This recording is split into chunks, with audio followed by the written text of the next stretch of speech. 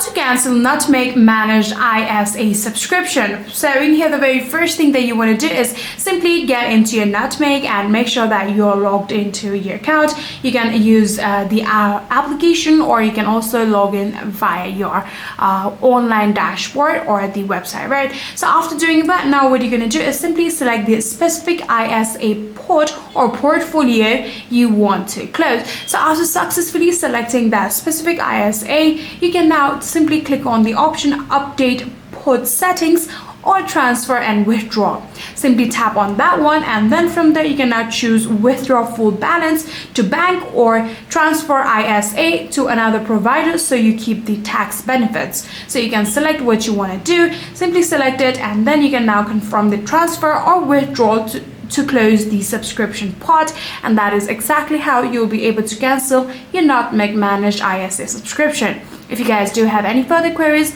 then please let me know in the comment section down below.